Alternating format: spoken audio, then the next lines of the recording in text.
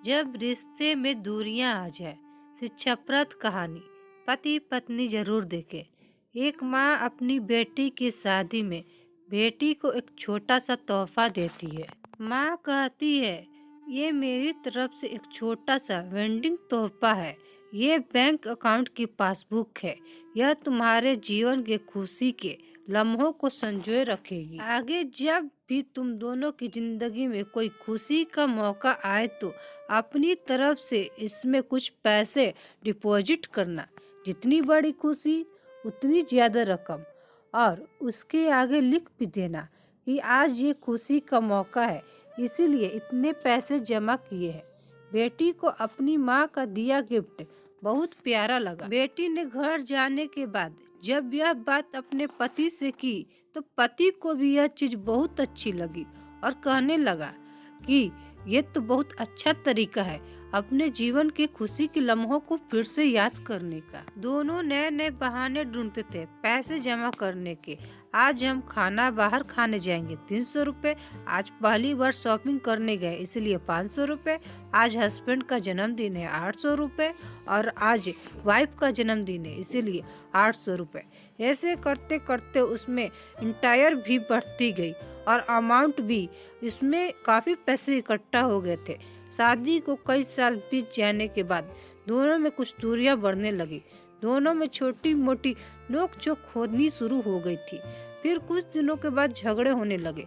दोनों ने बात करना छोड़ दिया और एक दूसरे से खुश नहीं रहते थे। माँ को अपनी बेटी से मुलाकात किए हुए काफी दिन हो चुके थे, तो एक दिन माँ अपनी बेटी से मिलने के लिए बेटी के घर गई तो बेटी कहने लगी, माँ मैं अब और इस शादी में आगे अपना जीवन नहीं गुजार सकती।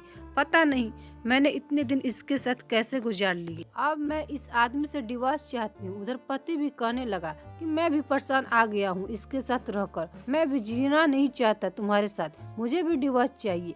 माँ ने कहा, ठीक है तुम दोनों अलग हो जाना, लेकिन याद है मैंने तुम्हारी शादी के दिन तोहफे में एक पासबुक दी थी। बेटी पासबुक निकाल कर लाई तो उसमें देखा कि उसमें बहुत पैसा जमा है।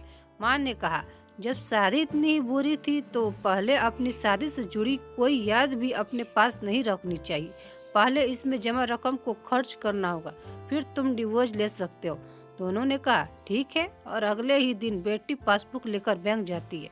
पैसे निकालने के लिए बैंक में पैसे निकालने वालों की लाइन लगी थी, तो बेटी भी लाइन में खड़ी हो गई। अब खड़े हुए काफी देर हो गई थी। बेटी ने खड़े खड़े ही पासबुक खोली और देखने लगी कि इसमें कब कब पैसे जमा किए थे। बेटी देखते ही देखते उसे पता ही नहीं चला कब उसकी आंखें भर आई अपने बीते लम्हों को याद करके, जो उसने उसी पति के साथ बिताए थे जिसे वो आज डिवोर्स देना चाहती थी।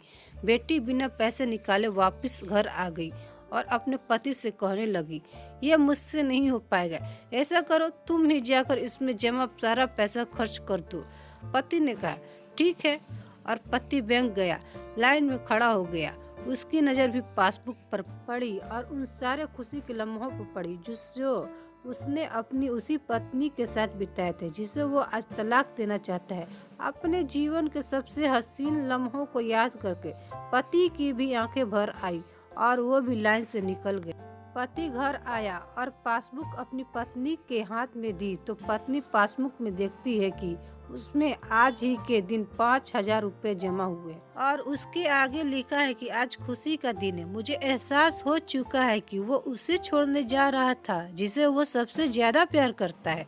मैंने फैसला कर लिया है कि अब बाकी की सारी जिंदगी उसी के साथ बिताना चाहता हूँ। यह देखकर दोनों की आंखें भर आई और गले लगकर खूब रोए और प्रॉमिस किया कि अब वो कभी नहीं लड़ेंगे।